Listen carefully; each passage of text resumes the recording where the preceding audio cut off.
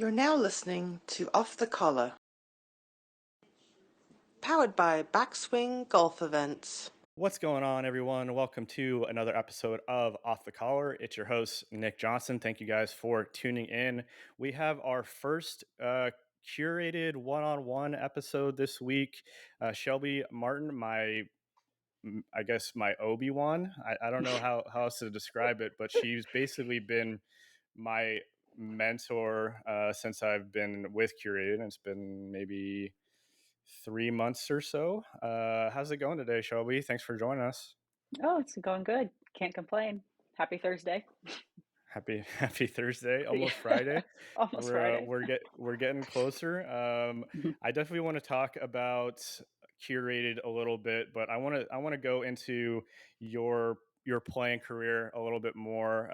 Just doing a little bit of research on my end. You're from Elida, Ohio, just outside of Dayton, right? Played at University of Findlay, a D2 school. Looked like you had a pretty solid career there. But let's start like from the beginning. Like, where did you grow up playing? Give me a little bit of an idea of your home course and kind of your influences as you're getting started. Right on. Well, I had a little bit of an unorthodox path to golf. I didn't start out really playing as a kid. I mean, my dad would take me out to the little par three course that was 5 minutes down the road, once or twice a year, maybe. I really enjoyed golf, but I never really played it, competitively. I officially started in high school. So if I was going to explain who really influenced me to get into golf, it was my dad. But I also was playing other sports that just weren't as fun anymore. And so it was either do that or play golf. And thank God we chose play golf because here we are today. So that's it in a Right. nutshell. Right. So from what I saw, you played. It was basketball and softball were the other two sports, Those were right? the other two. Mhm. I was we have similar backgrounds in that aspect. I was a multi-sport athlete. Like Mhm. I did cross country. I think it was fall, and then soccer, winter, and then golf spring. But I was in San Diego, so the seasons might have been a little bit different. But Yeah, no doubt. so when you were playing, like when did you decide? Okay, I'm going to start. Trying to play in college. Was that you said high school, but when did the light bulb kind of kick on? Probably after sophomore year, I had gotten onto varsity freshman as a freshman, and we thought that was a pretty cool feat in itself. And then we started getting a little bit better towards the end of sophomore year, and it was either maybe a basketball scholarship at like an NAIA if we could even get a basketball scholarship, or if I wanted to stick with softball. But it really came down to that I enjoyed golf the most out of the three of the sports that I was playing. So probably towards the end of sophomore season was when I was like, okay, we're going to go all in on this and see where we can go. Because I remember a time where I was sitting in the garage with my dad and we were just talking golf.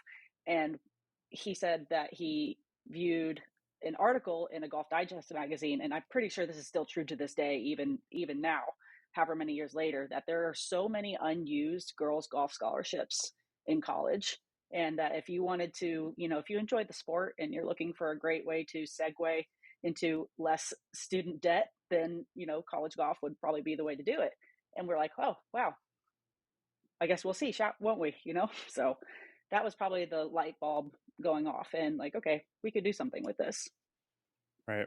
It is something that I think is untapped. I mean, we would um, when I was getting recruited or trying to get recruited in high school for college, Mhm. golf is one of those sports where it's a little different in terms of availability, because I think the skill level is more on par across different divisions, right? Where if you're playing, for instance, we would have our football team. We were a D3 school at University of Redlands, Mhm. and we would have our football team play USC, which is obviously a huge program. And Right. it was clearly just like a tune-up game for USC, and they would absolutely destroy us. Yeah. Um, but I think we were similar in the fact that we kind of started maybe a little bit late and looking for somewhere to play. Um, but it was one of those things that you just needed somewhere, at least for me, you just needed somewhere to play. it didn't really necessarily matter, you know, whether it was D1, D2, D3. Was the program, at least in my situation, competitive enough to where you would you would play regularly? You wouldn't, there was definitely schools that had reached out to me that were D1 or D2, but they're like, oh, you'd start, you wouldn't be on the starting lineup, you'd work your way in. I'm like, Yeah, I can go literally same here boat. and right, I can go Yeah, here and I can, have a solid career and keep playing. And I had luckily I had some people in my ear at the time that were like, just keep playing, right? um and eventually maybe you can, I mean, that was my goal when I got there, play a couple years and maybe transfer to a D1 afterwards. Ended up for not sure. happening because we were such a tight knit group. I fell in love with the team and just the school in general. Um, but from my experience, we had never really played any D3 tournaments except for like our Mhm. conference tournaments. Everything else was D2, D1, and they would hate when we would come to those tournaments because we would actually be competitive. Um, and we would, place in the top 5 or top 10, and our ranking would go through the roof and their ranking would just plummet. Yeah. So, um, I had noticed on your bio on University of Findlay, was it 3 or 4 national championships you had played in over your time there? My freshman year was our first time ever as in program history to getting into the national championship. We went my freshman, sophomore, and junior year, and then my senior year we missed it by like 2 strokes. So that was a heartbreaker. But the program has gone a long ways because they, not this past May, but previous last year they won the D2 national championship. So the program's going places. So it's so cool to be a part of that stepping stone to get to where the program was today. Or is today. So yeah, we went to the national championship 3 times during my career there. Okay, very cool. I Mhm, was 3. I couldn't make the team my freshman year, and mhm. then well, I couldn't make the national championship team. Had to qualify and didn't make it through. And then my last 3 years, we went every single year and were very competitive. What was the like? Did you have a couple different schools when you were trying to figure out where to play, or what was that process like? For sure. So a couple things influenced me going to Findlay. One, it wasn't just the golf scholarship because I was looking to walk on to Ohio State. I was looking at a couple of D3 schools where the academic scholarship was at least significant enough to consider the school. But like Ohio Wesleyan was one that I was looking at too. But Finley worked out perfectly because I also have at the time, he was only about 3 years old. I had a 3-year-old brother at the time. He was born when I was a freshman. So I wanted to be a part of his life and I wanted to be somewhat close. And Finley is only about 45 minutes away from our hometown. So, far enough to where I'm on my own, but just in case I need to go home, drive home and see my brother or see my family, I'm right there. So, and I think that made a huge difference in just how close I am with him. And I don't regret one thing about going to Finley either, because I did very similar to you. I fell in love with the team. I fell in love with the school. I fell in love with the area. I fell in love with the town.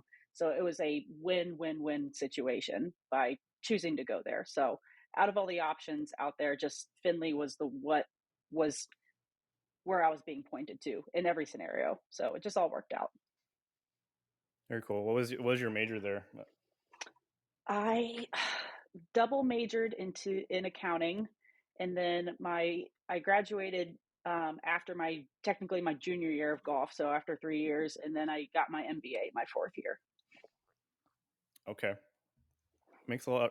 I'm not sure how I didn't know you had an MBA. I guess that makes sense since you're always showing me the ropes. Not at all, Always showing me the ropes. We'll get into some deep dive and curated in a second. But for sure. so you played professionally. Was it directly after school or what? Give me that timeline. For sure. So I initially started working right after graduation. I started working at Marathon Petroleum, and that company's headquarters is based in Findlay. So I was blessed enough to get a job there in the accounting department and working there. And everything happens for a reason. I did eventually leave Marathon I had a great group. I had a great boss. I had great people that I worked with. I have no regrets working there whatsoever. And they were all super supportive of me in this move that I was making. I worked there for about a year before I left to pursue the golf career, but everything happens for a reason. If I didn't start working, I never would have met my husband, because he sat down at the lunch table one day and was like, "Oh, who are you?" So uh, the big man works in mysterious ways. So it was everything fell into place. I met great people through work. I had met great friends through work, and met my husband through work. And then he was super supportive of me of leaving to go pursue my dream too. So, and that was in 2018 when I left, and then did the mini tour thing for a couple of years. Had some success, had some up and downs. As you know, golf is ridiculously tough, especially at that level. And once you start playing for a paycheck, those nerves are ridiculous. And it's not talked about enough. So, but that was when the professional career started. Yeah, was in 2018. Yeah, yeah. I can definitely relate to the oh, I actually have to pay my rent with this Yeah. nerves. I turned pro basically a year after college, and Another thing we're similar with. yeah, I was in California though, so Golden State Tour was pretty prevalent and pretty easy. I actually played a lot of those events when I was in college because I got friendly with the guys that run it, and they actually do a really good job in terms of making sure their players, not only like the pros but the amateurs, are taken care of.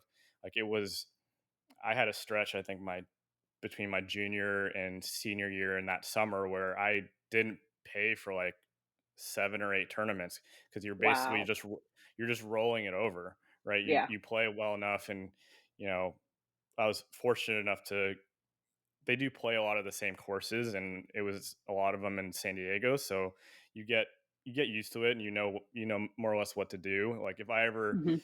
knock on wood, whenever I go back to trying to play competitively, I'll probably go back to those tours because it's like I don't have to relearn their courses really.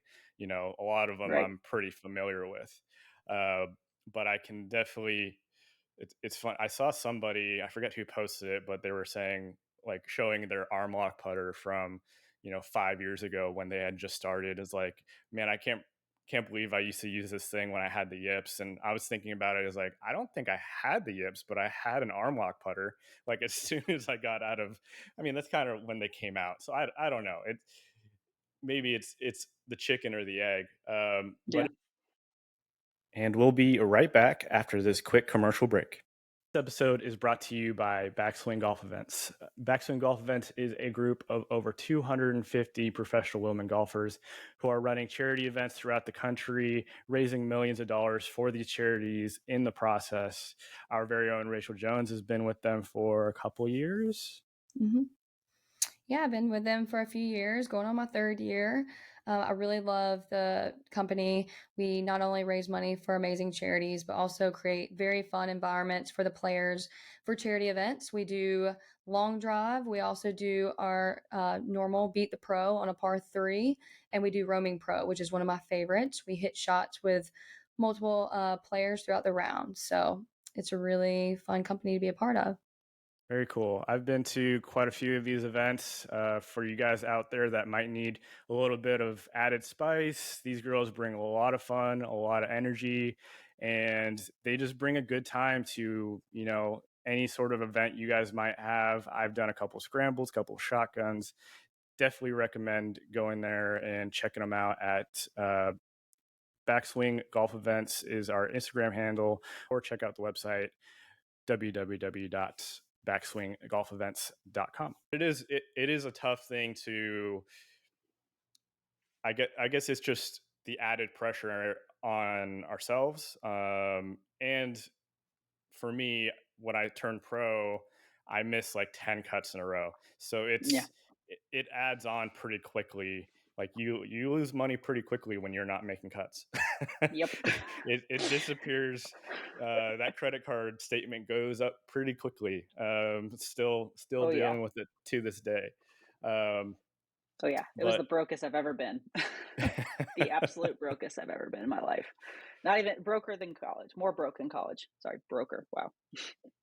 for me, the tough bit of it was actually not even the golf itself. I think it was Mhm. everything behind it.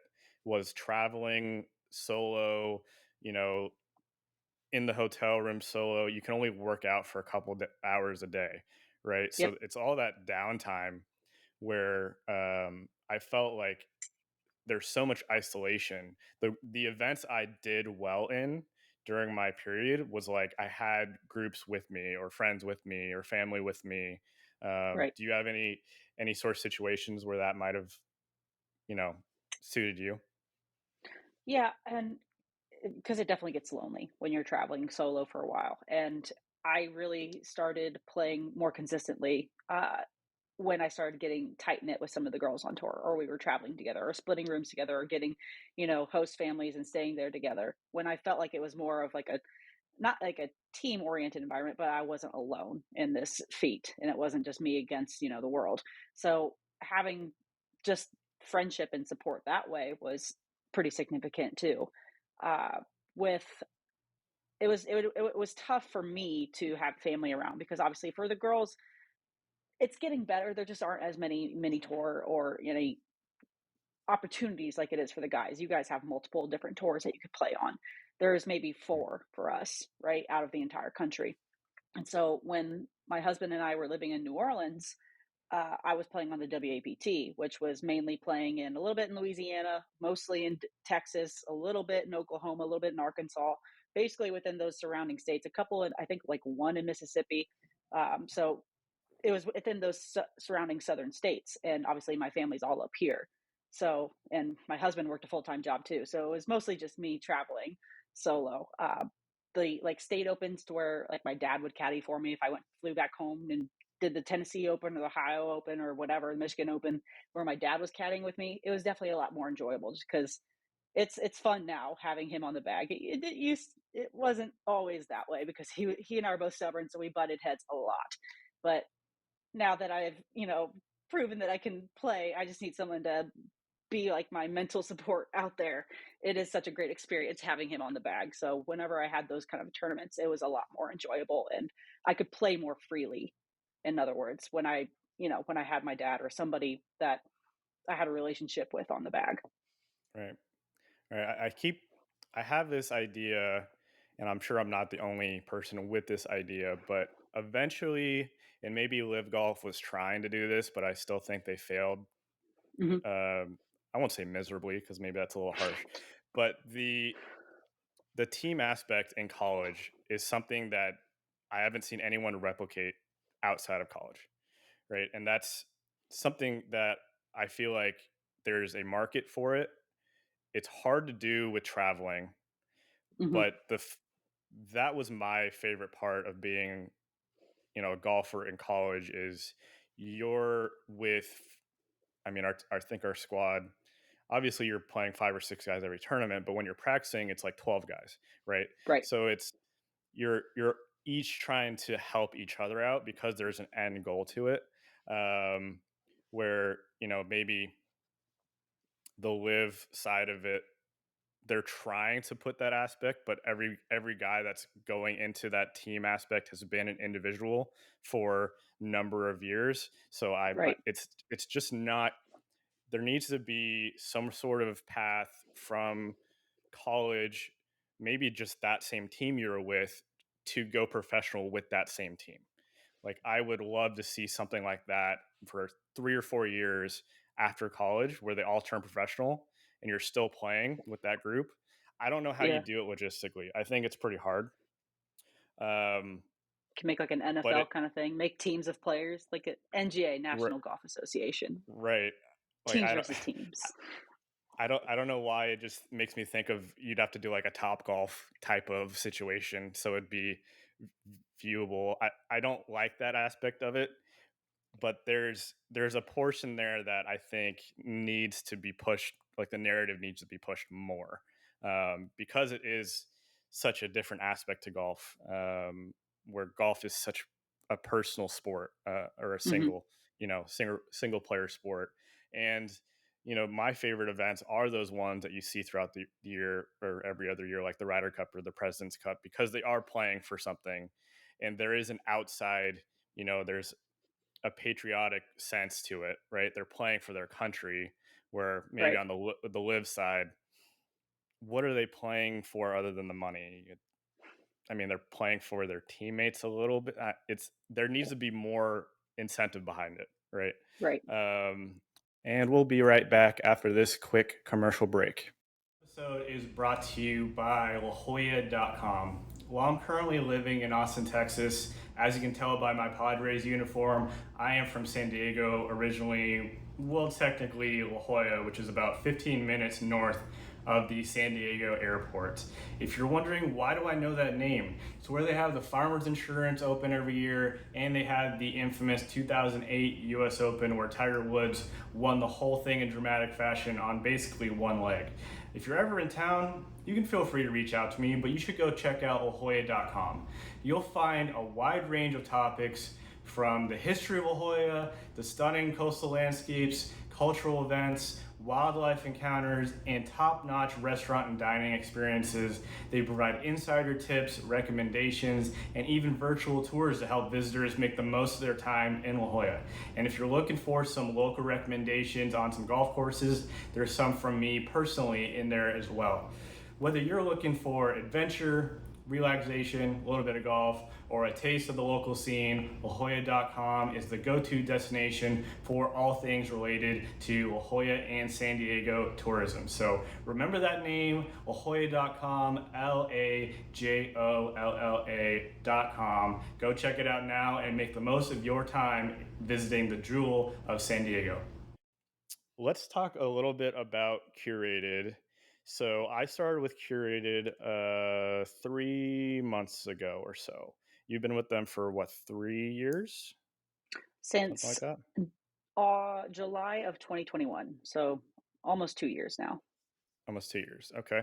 Do you Mhm. want to give our audience the elevator pitch on what Curated is? I think we could both do it, but I think you have the elevator pitch down a little bit better than I do. For sure. So the whole idea of Curated is a consumer guided purchase experience with an expert that will help you determine what product is the best for you. And obviously, for us, it is golf equipment and golf clubs. So it's basically an online club fitting. We can determine exactly what shaft you need and determine exactly what tech you need based on your game. We offer swing help. We offer, your expert can do everything for you.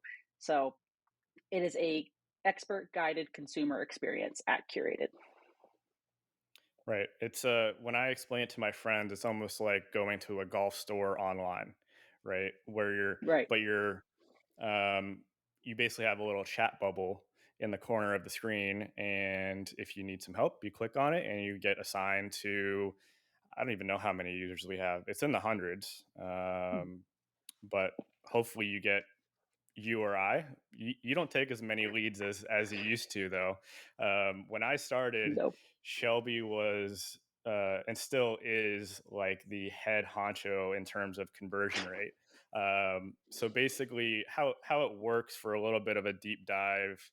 I won't go into too many details, hopefully, but basically, from the expert side, we're all brought on to this platform that we call the Biz app, and we have it's a very actually sophisticated software, but we basically have access to inventory of our own and then inventory of different partners, just like a golf store would have. So, if we're placing an order for a set of Callaway irons, we either have the inventory, or if we don't have it, we more or less outsource it to Callaway, and then they put the order in through their system. So a lot of it though is trying to give golfers, and I think a lot, you can speak to this a little bit as well, but a lot of our clients or customers are a result of COVID and just getting started into golf, right? And they don't really know which avenue necessarily to go to, and they can connect to somebody that has the experience, but can also connect with them on a personal level, on a human level, versus this doesn't happen a whole lot now, but definitely when you and I were playing, um, there was a stigmatism behind maybe the salesman mentality in golf clubs. There'd be a huge discrepancy in terms of like upcharge shafts and custom and off the rack. And there was a whole thing where like a stock club would basically not be worth buying. And they've definitely in the last couple of years have tightened that window down where you're getting a much better quality product and you don't have like a used cars mentality anymore, right? Right. What and I'm sure your experience was a little different than mine because the platforms definitely changed. But what drew you, like how did you find Curated originally, and what drew you to the platform? It's actually kind of funny how detailed my memory is of I was playing a tournament, a WABT tournament in Paris, Texas, and I was staying in a host house with a couple buddies of mine, and we had just finished our practice round. So I was, we all were showering, getting ready for dinner, going to go get tacos or whatever. And I was just laying in the bed waiting for everybody to get ready. And I held everybody up because I saw this Curated ad on Instagram because I was scrolling through golf reels, of course. And it was, the typical ad that we probably have all seen, like make up to $5,000 a month working at Curated, like share, like monetize your passion, whatever the terminology was. I think they still use that today. And I was like, what is this? And like, as I was going through, it's like, you make your own schedule. You are basically a golf expert and you help people find the right golf club for them. I was like, wow, this is interesting. And I literally spent an hour and maybe plus time just doing the application right there on my phone. And one thing led to another. And obviously here we are. So Curated was a great way for me to, get into the equipment world more and get more detailed with the equipment world because I was always fascinated with it, but I had never really needed to do the extra work, to get certified or to go, do the research, etc. So, and it worked out beautifully, obviously, because here we are. But it was a great way for me to pay for like my entry fees for tournaments, just because, you're either breaking even or barely making money when you're on tour, or not at all, right? So it was Right. an awesome opportunity and I saw the worth of it. So I did the application and, was lucky enough to get the interview, and one thing led to another, expert, and now here we are today. Yeah, now as a team leader, um, funny how things happen. I have a little different path to it, which I don't know if I've told. Maybe I've told you this story. I've probably said it more times than I should have, but basically, I used to work for Cobra Mm, Puma Golf, and I think this was maybe a couple years into Curated's establishment, and they were reaching out to different brands to, just like a golf store would, to be a partner and be able to sell their product on their platform. And I was tasked to make a fake account on Curated, and see if it holds any water. Basically, to go through the experience and figure out what it's all about. Um, we had two curated expert or curated people come to the office, and I put them through a full fitting. Um, and if I'm being frank, the process wasn't as seamless as I would have liked when I was on the platform. But this was again like 4 years ago, 5 years ago. So oh yeah, the lots has platform's changed. changed. Yeah, lots has changed since then. Also, the golf industry has changed a lot since then. So it's boded well both for the OEMs like Cobra or Callaway, but also for platforms like Curated. Um, so fast forward to 3-4 months ago, I wanted to do something passive, flexible, but I have this golf brain that had essentially gotten turned off. And I'm like, how can I, kind of like you said, how can I monetize this? And, it's golf is definitely a second language for me. It doesn't feel like um, anything I had to do extraneously outside of my comfort zone.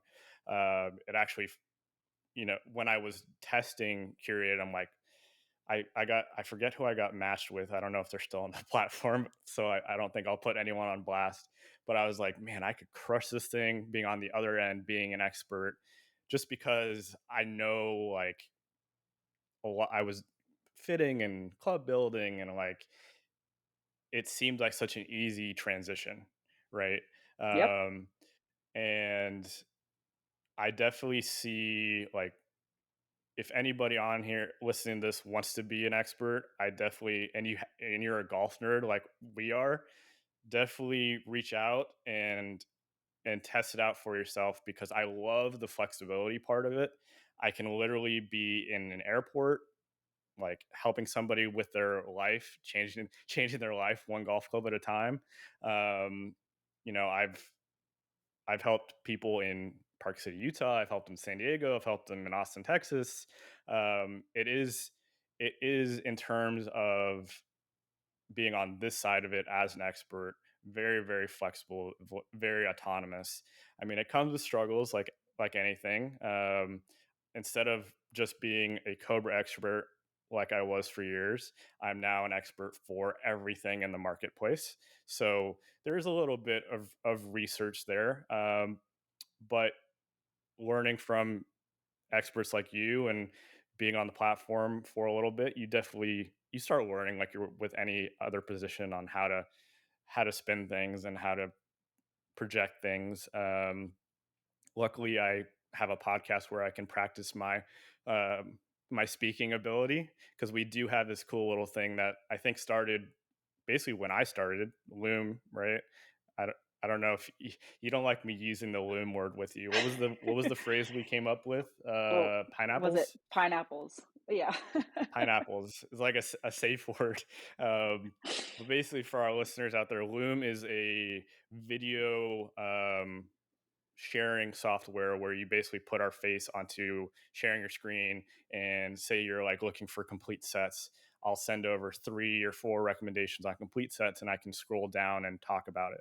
So it's very fun in terms of giving a different sales experience or consumer experience to I've actually started using it more so lately as like a surprise kind of a thing Hmm. where customers don't really necessarily know that I'm going to do it. And then as soon as they see it, they're like, oh my God, not only are you like passionate about golf, but you're giving me perfect recommendations on what I'm looking for.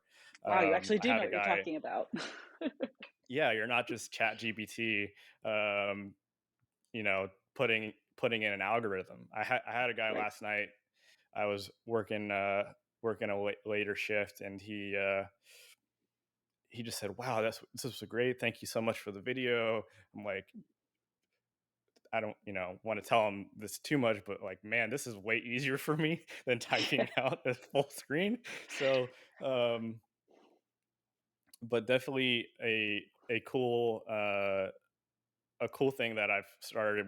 We've been doing, you've been doing it for a little bit longer than I have, but they don't only have golf. They have so many different outdoor sports, biking, uh, I bought some skis through Curated a few months ago. Like basically any sort of outdoor sport is covered on the Curated site. We even have coffee, Yeah, right? we have And there's a coffee, few different kitchen, knives, baby stuff. And the categories are just going to keep growing. So that's yeah, yeah. it's really So cool.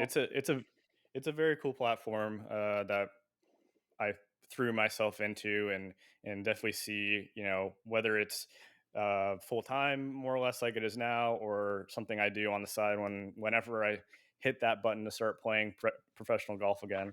But it allows us to do whatever we need to do, right?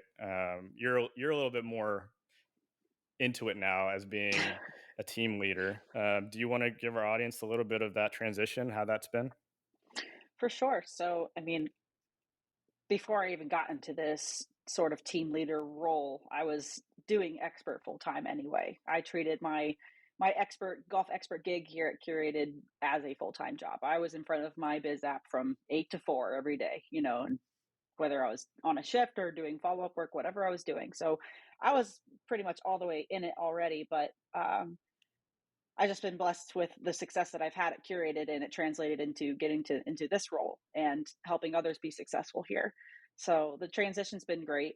The company really sets you up for success. We have a lot of people that are willing to lend a helping hand, or, if I have questions, I can ask somebody, they can at least tell me who to go to if they don't know. So it's been a very easy transition. We have a great community at Curated. There's nobody, it's not like a dog eat dog kind of sales competition, company. We're all here to pay our bills, and we're here to make something really cool with this company, right? So the transitions was really, really easy. And I have my fellow team leaders are also rock stars too. They're super, super helpful and knowledgeable, and are great mentors for me too. So now I can share my knowledge with the experts that are on the team, and hopefully we can create more people, more successful experts. And we want people to make bank here. So that's the goal, right? Right. So I want to just give our listeners a little bit of an idea of what the teams mean. So we have 3 teams throughout the expert side of things in the golf sector, right? So we're not competing, but I guess we kind of are a little bit. A We used smidge. to be on the same. We used to be on the same team, and now we're on separate teams, and we compete in the sense of like different incentive programs across different teams, but in terms of like competing for the same customer, we're not, right? We all Mhm. have different customers we help. How many experts are on your team? Do you know roughly? It's probably changing every day, but It is, just because we're in the heat of hiring right now. We have a lot of experts coming on. I think right now active. I mean, if I were to look in our channel, I think we have about 200 experts in our channel. So, but active, probably only about 50 to 60% of the people that are on it every day or weekly, right? So, right, or and then there's those some, which again, that speaks to the flexibility and the autonomy of here Curated. You can only, if you only want to work like one shift a month, you can do that. So the ones that are the most active, probably about 50 to 65% of that number is who I'm right, in constant contact every day. right. You see, we have group chats, and we use Slack for pretty much everything, and we have group chats and see Mhm. a lot of the same names over and over. Mhm. I think I'm starting to be one of those people, maybe Heck yeah. unintentional, unintentionally. I had Who was it? I won't name his name, but he was asking something in the group chat about like a fitting question, like a shaft, Mhm. and then I chime in, and he goes, "I was about to DM you anyway." I'm like, "Okay, is this getting to this point?" I mean, Yep. I'm happy to help. I'm happy to help, but you know, I can't imagine how many messages you get on a daily basis. Probably hundreds. Um, but good thing we're fast typers, right? We're That is fast typers. 100%. Yeah. That definitely, that's another thing. If you're thinking about joining Curated and you have expert, intentions or knowledge base, you better learn how to type fast. You will. I mean, just doing this a couple months, you'll learn how to type fast out of necessity. Mhm. Um, but you're trying to engage these customers, and you can't send as much as I love Loom, you can't send a video every single time. So last part of our segment we'll get into is going to be our shotgun spinner. We actually haven't done this for a couple weeks, just because, not for any reason. I don't know. Hasn't come up. We've been able to manage without it, but I miss it. We're going to bring it back, and for our listeners out there, basically I have this little fortune teller wheel of fortune wheel with, I think it's 13 or 14 different topics on it. Need to come We'll up give with a it a better spin. name. You don't like shotgun spinner? Yeah, like the Uh, fortune teller spin. oh, fortune teller spinner. Yeah, I Just don't. It's not a fortune teller necessarily. uh, Um, but basically, we'll see what the arrow points to, and it'll go to a topic and go from there. All right, let's give it a roll here. So it went on to recovery. So recovery could be like, and we kind of alluded to this already, but it's definitely changed over the years.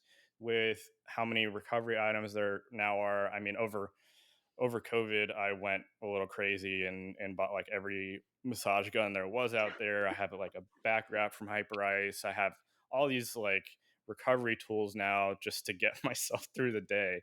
Mm-hmm. Do you have anything in terms of recovery that you know, it's a little different now that you're not playing full time, but maybe you Mm-hmm. can address how it's changed since you were playing full time? For sure. So while I was playing, I was actually blessed enough because I was practicing when I was down there in New Orleans. I was practicing at TPC Louisiana. So, and I was blessed enough to make really great relationships, build great friendships with some of the employees there. And one of them introduced me into Goda. I don't know if I think we've chatted about this maybe once or twice, but Goda Golf is basically my entire foundation of recovery. And if any of the listeners don't know what Goda is, it's just GOATA, all caps. Goda Locomotive. It's basically the recode of how you move and how you walk and how you play every day, and releasing your energies in the proper places versus walking incorrectly and putting pressure on your back versus walking properly and not putting pressure on your back. And it had changed my life because I was completely wrong in terms of how I was moving, and it translated into my game. So when I was moving incorrectly, I was getting more tired. And there's reasons why we call it WODA, worst actions of all time. Those WODA athletes out there that always get injured or are always tired or have to drop out of their tournaments. Yes. The ones that like get injured all the time, like those are the ones that are WODA. And I was completely in that category when I first started out. And Goda has changed my life because I have scoliosis in my back. So I've always had a bad back. But with going through my recode and doing the stretches, doing the exercises, and continue to do it to this day is all the recovery I need. I don't have a massage gun. Once in a while, I'll put my hot pad on my back or, something like that. But that is the extent of it. Because if you are moving properly, your body recovers properly. You're not putting pressure in the wrong area. So if anybody has ankle pain, knee pain, if you have pain in your hips, pain in your lower back, upper back, reach out to a Goda coach because they will get you straightened out for sure. And there's a reason why 80 something year olds can still run marathons because they have Goda habits. So if you can teach yourself how to move correctly, then the recovery process doesn't have to be as extensive post tournament or post game or whatever sport that you're playing, or just walking in general. If Right. you can't run anymore because your knees hurt, there's something wrong. Because I can run now and I've had problems with my knees for years. So recovery wise, Goda is about the only thing I do in terms of getting back Got to it. square one. Well, I think that's part of the trouble, that you have to take the time to do it, Mm-hmm. right? It's like Yeah. it's not gonna just happen magically. And this is something that I've tried to focus on because I don't know if it's genetic. I don't think it is because my parents are fine, but I've never been able to touch my toes like ever since I Mm-hmm. was. I remember doing like the tests when I was in elementary school. You remember those like standardized Oh tests or yeah. whatever for Mm-hmm. PE? I remember doing those and I couldn't, when I was like 8 years old, still couldn't do it. So I've mild scoliosis in my back, but I have more like neck and shoulder issues. And I'm constantly mending it, like trying to do Mm-hmm. stuff for it, to the point where I might even go a little too far sometimes, where like I'm out for a whole day because I tried to like, you know, fix everything all at once. Anyway, I think we've reached to the allotment of our time today. Shelby, thank you so much. This was kind of a last minute effort to get you on. Definitely want to do this.